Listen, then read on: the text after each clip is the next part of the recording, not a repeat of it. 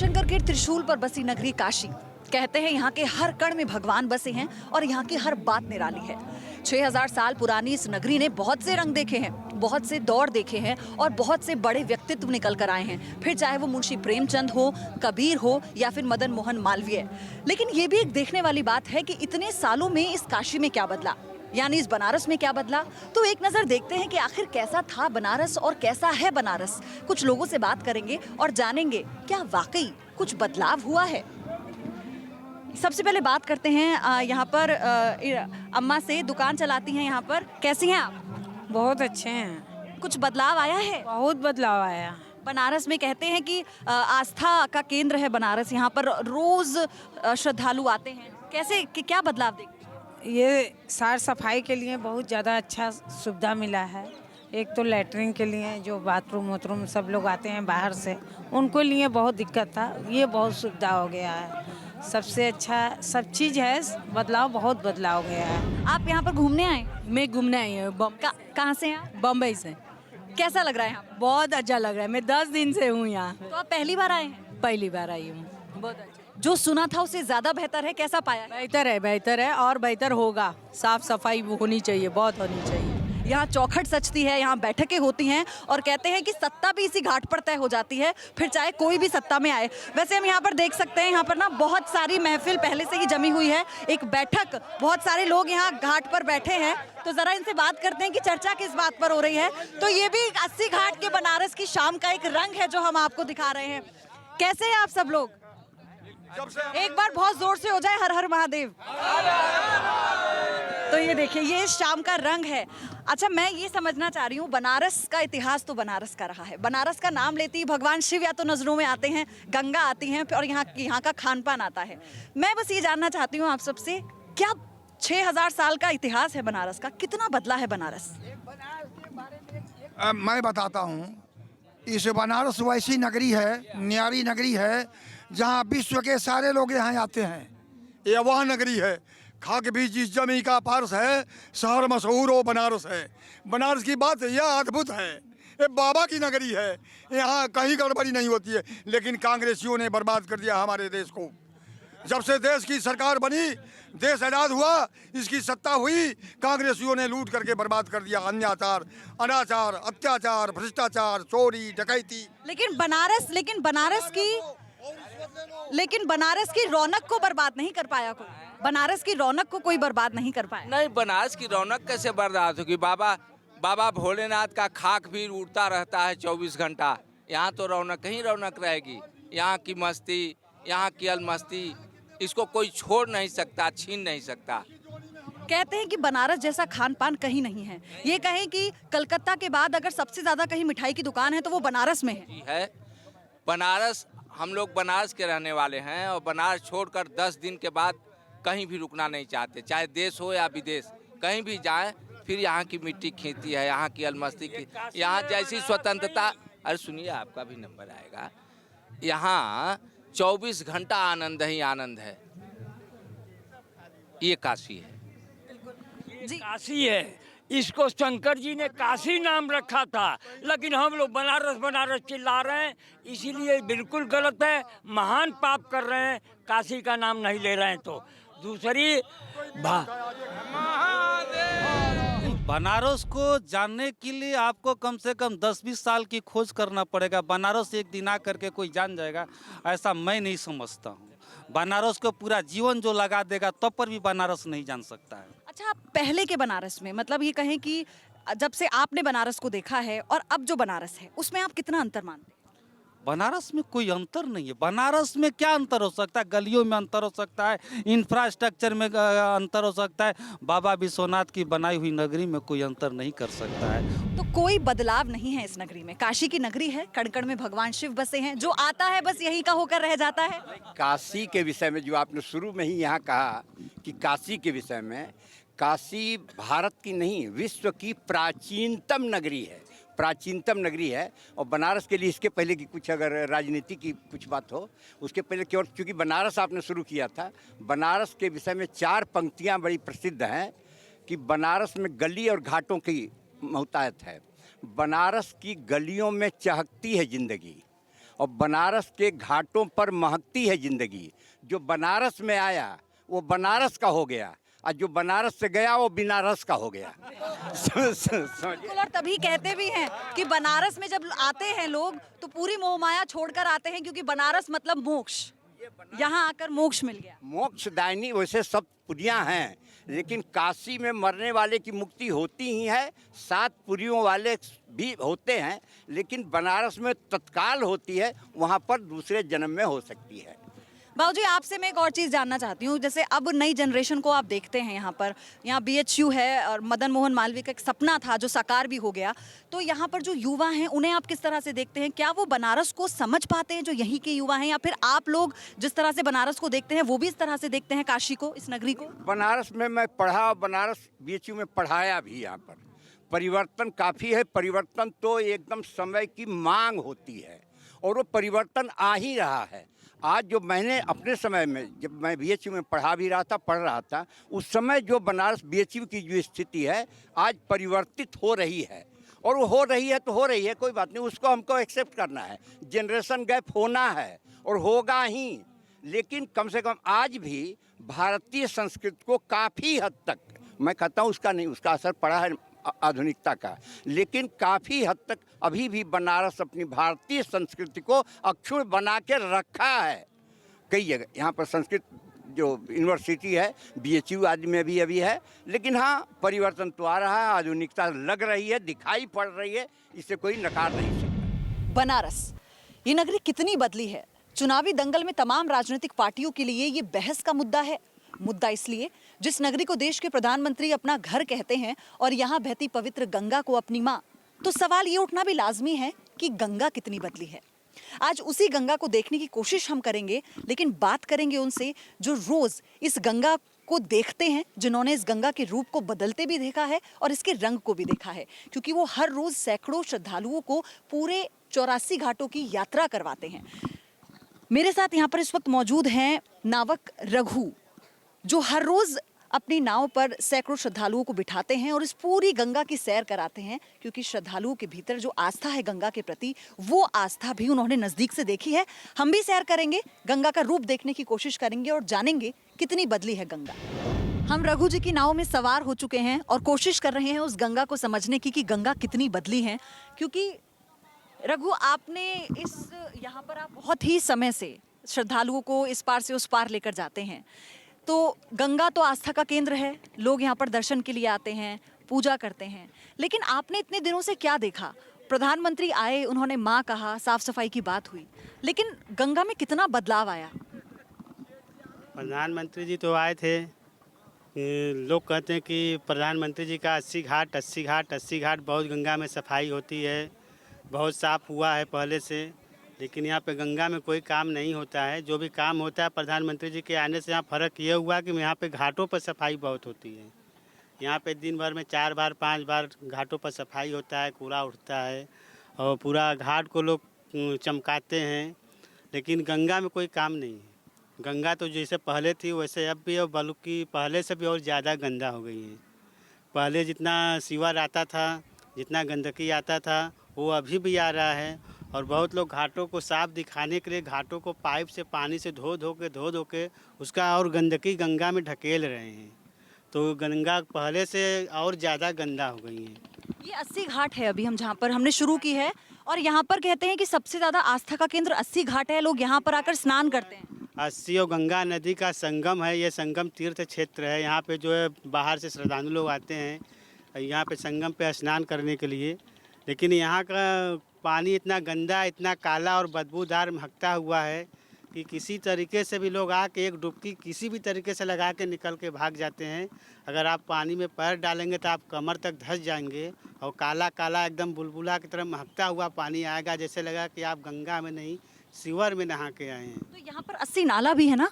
ये 80 घाट के आगे एक नया घाट बना है, रविदास घाट, जो मायावती जी बनवाई है। उसी के बगल से एक नाला आता है जिसको लोग कहते हैं कि वो 80 का जो 80 नदी है, लेकिन वो उसका नदी का स्वरूप समाप्त हो गया, ख़त्म हो गया है। उसी नदी के रास्ते में पूरे सीवर को मिला दिया गया, तो उससे एक काला एकदम महकता नाला आता है, उसी को लोग 80 नाला कहते हैं। उसी के कारण इधर का पूरा क्षेत्र जो है माँ गंगा का ये पूरा किनारा, गंगा का पानी सब एकदम ख़राब है और बदबूदार है, महकता हुआ है। अगर वो नाला बंद हो जाए तो लगेगा कि हाँ माँ गंगा गंगा है। गंगा को अलग अलग रूप में यहाँ पर हम देखते भी चल रहे हैं और आपको दिखाते भी चल रहे हैं कि किस तरह से गंगा की जो हालत है वो बनी हुई है। पानी, घाटों की अगर बात करें, घाट 84 हैं, तो पानी का रंग भी उससे कम नहीं होगा। हर घाट पे अपने ही रंग का पानी है गंगा का, और ये दिखाता है कि गंगा कितनी साफ होती जा रही है और कितना काम होता जा रहा है। ये सब जितना प्लास्टिक कूड़ा करकट देख रहे हैं सब नाला के जरिए आता है। अगर नाला बंद हो जाएगा तब पूरा गंगा अपने आप साफ हो जाएंगी। बस केवल नाला आप लोग बंद करा दीजिए, पूरा गंगा एकदम। लेकिन ये भी सरकार ने किया था कि जो घाट हैं उनकी जिम्मेदारी अथॉरिटी को, बड़े बड़े जो लोग हैं उनको दे दी गई, ताकि घाट की सफाई हो और वहाँ से गंगा की भी सफाई हो। नहीं, घाट तो बहुत लोग गोद ले लिए हैं। कोई 80 घाट लिया है तो कोई रीवा घाट लिया है, तो कोई ऐसे बहुत लोग घाट को गोद लिए हैं। तो लोग अपने तरफ से गोद लेकर घाटों पे जो है साफ़ सफाई करवाते हैं। जो घाटों पे सिल्ट बरसात का जम जाता है वो सब जो है सफाई कराते हैं, और मतलब कि गंगा में कोई सफाई नहीं है। बनारस को समझने के लिए, उसके रंग देखने के लिए हम सुबह से निकले हुए हैं और अब दिन ढलना भी शुरू हो गया है, लेकिन यहाँ पर हर एक वक्त का अपना ही मज़ा है, उसका अपना ही रंग है। चलिए कुछ लोग हैं यहाँ पर, रिक्शे वाले भैया, उनसे भी जान लेते हैं। भैया, इस बार कितना बदलाव देख रहे हैं बनारस के अंदर? इस बार तो बहुत बढ़िया बदलाव देख रहे हैं बनारस में, और पहले से बहुत अच्छा है। हम लोग को कोई सुविधा मिला नहीं है। अभी रिक्शा चला रहे हैं, अभी भी रिक्शा चला रहे हैं। ये एक शहर ऐसा भी है जिसने, जो लोग नए आए हैं उन्हें बहुत रास आया। कुछ लोग ऐसे हैं जो बहुत समय से यहाँ पर काम कर रहे हैं लेकिन खुश हैं, क्योंकि वो ये कहते हैं कि बनारस में प्यार बसता है। बनारस के लोगों की भाषा में भौकाल होता है। ऐसा कहते हैं कि भौकाल मतलब अपना रुतबा जमाना, अपनी धाक जमाना, और वो धाक यहाँ हर जगह मिल जाएगी आपको देखने के लिए। फिर चाहे वो लोगों की बातचीत हो रही हो, चाहे चौपा लगा हुआ हो, या फिर भौकाल चाट ही क्यों ना हो। ये भौकाल चाट भंडार यहाँ पर नजर आ रहा है। ये भी खाने को लेकर, खाने से भौकाल जमा रहे हैं भैया हैं। हाँ, कब से लगा रहे हैं ये ठेला? ये 15 साल से हो गया है। पहले पिताजी रहते थे, अब हम लोग रहते हैं। भैया, क्या महसूस कर रहे हो? बनारस कितना बदला है? काशी में कितना बदलाव आया? बदलाव हुआ है, बहुत बदलाव हुआ है। हर चीज़ से बदलाव आया है यहाँ। कब से आया ये बदलाव? ये जब से मोदी जी आए हैं। भौकाल चाट का मतलब यही है यहाँ पर कि चाट खिलाएं और भौकाल बनाएं और ये दिखाएं कि कितनी बढ़िया चाट यहाँ पर मिलती है। और ऐसा ही कुछ लोग जो हैं यहाँ के, वो भी नज़र आते हैं। जब वो बातचीत करते हैं, उनकी बात में वो रुतबा नज़र आता है, उनकी बोली में वो रुतबा नज़र आता है कि जैसे वो बनारस के हैं तो जो लोग उनसे मिलने आते हैं वो भी उनके हैं। इस तरह से यहाँ के लोग बातचीत करते हुए नज़र आते हैं। आगे भी देखते हैं क्या और नए रंग देखने को मिलते हैं। कहते हैं कि बनारस में दोपहर के समय लंच जैसा कुछ नहीं है और रात को डिनर जैसा कुछ नहीं है। जो है सब चाट पकौड़ी ही है, और इतने तरीके की है कि आप शायद ये सोचेंगे कि इतनी सारे वैरायटी भी हो सकती हैं। भैया, क्या नाम है आपका? हमारा नवमी गुप्ता। ये क्या है, किस तरह की चाट बना रहे हैं आप? ये भूंजा है, सब भूंजा है, गरम गरम है, भूंजा चलता है। भूजा कैसे बनाएंगे आप? इसको बनाएंगे, इस नमक में भुंजाई करेंगे। अच्छा, हम बता रहे हैं, आप बोलते जाइए, हम बोलते जा रहे हैं। मकई है, चना है, मटर है, कम्प्लेस है, पिंगल है, वो चना है, बादाम है, चूड़ा है, लाई है, बस यही है। कहते हैं कि अगर बनारस को नज़दीक से समझना है, जानना है, तो वहाँ की किसी चाय की दुकान पर आप बैठ जाइए, आपको बनारस का हर रंग समझ में आ जाएगा। और हम भी पहुँच गए हैं पप्पू चाय वाले की दुकान पर। आपको बता दें कि ये वही चाय की दुकान है कि जब प्रधानमंत्री नरेंद्र मोदी ने चाय पर चर्चा शुरू की थी तो पहला सवाल इसी दुकान से पूछा गया था। और ये भी कहा जाता है कि इस दुकान पर बड़े बड़े प्रोफेसर यहाँ के बैठते हैं, आम जनता बैठती है, और ना केवल देश की राजनीति बल्कि विदेश की राजनीति पर भी बहुत गहनता से चर्चा होती है और फैसले भी हो जाते हैं। तो यहाँ पर हम समझने की कोशिश आज करते हैं यहाँ के लोगों से कि इनके मुताबिक बनारस कितना बदला है। अंदर पूरा इस वक्त हम देख सकते हैं बहुत सारे लोग यहाँ पर मौजूद हैं। पूरी जो मंडली है, एक तरह से बैठक यहाँ पर चल रही है। मैं बाबू जी आपसे सबसे पहले जानना चाहूँगी कि चुनाव तो है ही, उसके साथ साथ तमाम चीज़ें चल रही हैं, लेकिन अगर बात हम बनारस की करते हैं तो बनारस कितना बदला है? अभी तो नहीं समझ में आ रहा कुछ बदला है। सड़क वही है, सब व्यवस्था वही है, सब अभी उसी तरह से चल रहा है। अब देखिए कब तक बदलता है, कोई क्लियर अभी तक नहीं है। स्वच्छ भारत अभियान का भी कोई असर नहीं? देखिए आप खुद तो यही देख रही हैं ना, हाँ, प्रयास हो रहा है लेकिन अभी कोई सफलता विशेष नहीं मिली है। ये जो बहुत पुराना ये सिलसिला चाय की चुस्की मैं ले रहा हूँ, मेरा ख्याल है मैं 85 का हूँ। ये चाय की चुस्की लेते 70 साल हो गया और इसमें क्या बताया जाए, इसमें बहुत ही मज़ा है। इसमें कितने लोगों को हमने देखा प्रधानमंत्री बनाए, कितने को राष्ट्रपति बनाए, सब बनाते ही रहे। वो यही पप्पू की दुकान है जहाँ से लोग बड़े पद बजाते हैं। जब आए थे तो भैया आप इतने व्यस्त थे कि आपसे बात ही नहीं हो पाई। यहाँ पर इतनी भीड़ लगी रहती है हर वक्त, जो चर्चा। हाँ, ये प्रेम है। ये कितना बदला है बनारस? बनारस तो बहुत कुछ बदला है। लोग जो खोजेंगे तब ना मिलेगा लोगों को। अब लोगों को एक एक चीज़ गली कुछ ही दिखाना थोड़ी पड़ेगा। अब बनारस बनारस हो गया है। क्या बदलाव आया? बहुत कुछ बनारस बदला हुआ है। आदमी को चलना सिखा तो दिए, कम से कम कुछ तो करे। और जो चीज़ नहीं आदमी करना चाह रहा उस लोगों को आदमी बना दिए हैं लोग।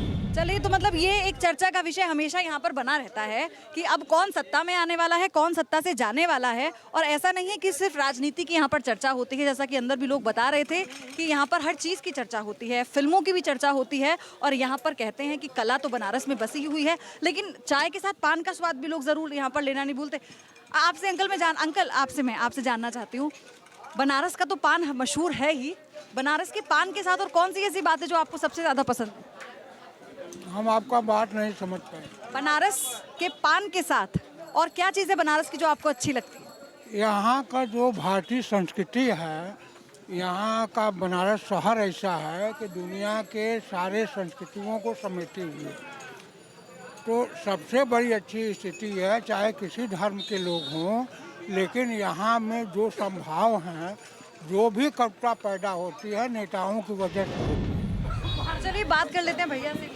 पान खिलाते हैं भैया मतलब वैसे तो पान कितनी वैरायटी का होता है इतना मुझे जानकारी नहीं है, लेकिन सबसे जो बढ़िया पान है बनारस का, उसमें क्या क्या पड़ता है पहले ये बताओ। कुछ नहीं, मगही पान होता है, बस कथा चूना लगता है, अब मीठा डाल के दे। बनारस का पान तो कहते हैं बनारस का जिसने पान खा लिया फिर वो बनारस के पान के अलावा कहीं और का खाएगा ही। प्रेम है बस, देखा जाए तो थोड़ा सा खास प्रेम बस यही है। तो ये यहाँ पर एक बड़ा मुद्दा भी है, शिक्षा का मुद्दा बनारस में हमेशा से रहा है, क्योंकि लोग इस बात को लेकर हमेशा से डिमांड भी करते रहे हैं कि शिक्षा के स्तर को यहाँ पर बढ़ाया जाए, जो स्कूल हैं वो यहाँ पर खोले जाएं। तो बनारस में लोग पान खाते हैं तब भी यही चर्चा होती है, चाय पीते हैं तो यही चर्चा होती है कि बनारस को और कितनी चीज़ों की ज़रूरत है और बनारस कितना बदला है। खाने वाले हो या फिर बनाने वाले, एक मुद्दे पर तो सबकी राय एक है, बनारस की गलियों से गुजरते वक्त अगर चटपटी चाट का चटकारा मिल जाए तो ये दिल मोर मांगता ही है। यहाँ पर चाट बन रही है, खुशबू बहुत ही बढ़िया खुशबू आ रही है और बहुत सारे लोग भी हैं यहाँ पर जो चाट का मज़ा ले रहे हैं। हम जानेंगे लोगों से कि बनारस के साथ साथ क्या बनारस की चाट में भी कुछ बदलाव आया है या स्वाद वही है और चाट भी वही है। अंकल, मैं आपसे जानना चाहती हूँ, आप यहीं के रहने वाले? हाँ, यहीं के रहने वाले। तो बनारस की चाट मशहूर है, बनारस का खान पान बहुत मशहूर है। बनारस की पहले मैं जानना चाहूँगी, जो चाट है यहाँ की, उसमें क्या कुछ बदलाव आया है उसके स्वाद में? उसके नहीं, दिन प्रतिदिन बदलाव आता जा रहा है और इसके लिए आप भीड़ देख रही हैं कि उसका वही कारण है। अच्छा, पहले वाली चाट ज़्यादा अच्छी होती थी जो अब बना रहे हैं भैया वो अच्छी नहीं, बट नेचुरल है कि जो आज बना रहे हैं वही ज़्यादा अच्छी है पहले की अपेक्षा, इसलिए कि तभी तो भीड़ हो रही है। तो भैया ज़्यादा अच्छी चाट बना कर देंगे आपको? हाँ। अपनी तारीफ करते नहीं वो तो दे ही रहे हैं सबको, मतलब कि तभी तो आप देख रहे हैं कि बिल्कुल। अच्छा अंकल, ये भी बताइए, बनारस में आप यहीं के रहने वाले हैं, बनारस को आपने बदलते भी देखा होगा, पहला बनारस और अब का बनारस, कितना फ़र्क है? बहुत फ़र्क आया है, काफ़ी लोगों की सोच में फ़र्क आया है, इंफ्रास्ट्रक्चर में मतलब कि वो हुआ है, डेवलपमेंट हुआ है, और भी बहुत सारी चीज़ों में लोगों की मतलब जो इकोनॉमिक पावर है उसमें फ़र्क पड़ा है। तो बट नेचुरल उसका इफेक्ट तो सभी जगह आ रहा है। बनारस का जो साहित्य है, यहाँ का जो ज्ञान है, यहाँ की जो संस्कृति है, उसे बरकरार रखना और बनारस का विकास एक ही धार पर चलना मुमकिन लगता है आप? नहीं, वो तो है, क्योंकि यहाँ की जो साहित्यिक परंपरा रही है उसकी जो जड़ है वो जड़ यहाँ पे विद्यमान है, तो उसके वजह से वो चीज़ जो है रहेगी, उसमें कहीं कोई ऐसा बदलाव आने वाला। काम हो रहा है बनारस में विकास का? हाँ, काम हो रहा है, पूरा काम हो रहा है, बट ये है कि दोनों का मिला जुला है, चाहे वो मोदी सरकार हो चाहे वो मतलब कि ये अखिलेश सरकार हो, सबका एक मिला जुला काम चल रहा है। अच्छा, आपको क्या लगता है अभी तक इतना समय हो गया यहाँ पर, ऐसी कौन सी चीज़ है जो बनारस को पहले मिल जानी चाहिए थी लेकिन अभी तक नहीं मिली? अब इसके लिए कोई खास मतलब की वो चीज़ नहीं कहा जा सकता, लेकिन जो इंफ्रास्ट्रक्चर की सबसे बड़ी इंफ्रास्ट्रक्चर की बात है, इंफ्रास्ट्रक्चर अपने आप में बहुत इंपॉर्टेंस रखता है, वो हो रहा है दिन प्रतिदिन, बस यही बात है मेन। खाक भी जिस जमी की पारस है, शहर मशहूर वो बनारस है। प्राचीन भारतीय दर्शन, साहित्य, ज्ञान और संस्कृति, यही तो पहचान है इस नगरी की। इसलिए जो भी यहाँ आता है बस यहीं का होकर रह जाता है। कैमरा पर्सन संजय के साथ पयोधी शर्मा, न्यूज़ स्टेट, उत्तराखंड, उत्तर प्रदेश।